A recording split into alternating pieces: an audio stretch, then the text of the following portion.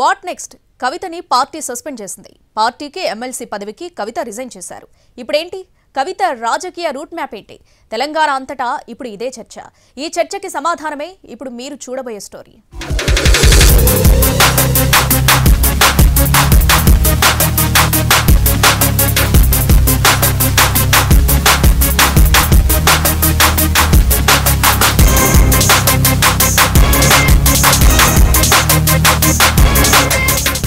నాలుగు రోజులుగా బీఆర్ఎస్ లో కవిత సునామీ నడుస్తోంది.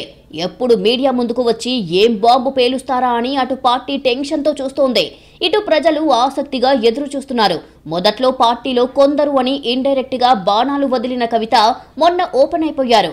అటు కాళేశ్వరం కేసుని సిబిఐకి అప్పగించిన ఎపిసోడ్ ని డీల్ చేయడంలో బీఆర్ఎస్ తలమునకలై ఉండగా, ఇటు కవిత మీడియా ముందుకొచ్చి హరీష్ రావు, సంతోష్ రావు పేర్లు బయటపెట్టి కాళేశ్వరంలో అవినీతి నిజమే అని పరోక్షంగానే ప్రకటించేసింది. ఇవాళ నాన్నకు సిబిఐ అనేటటువంటిది వచ్చిందంటే అది కేవలం హరీష్ రావు గారు, సంతోష్ రావు గారి అవినీతి వల్లనే వచ్చిందని మళ్ళొకసారి నేను ఘంటాపదంగా చెప్తున్నా.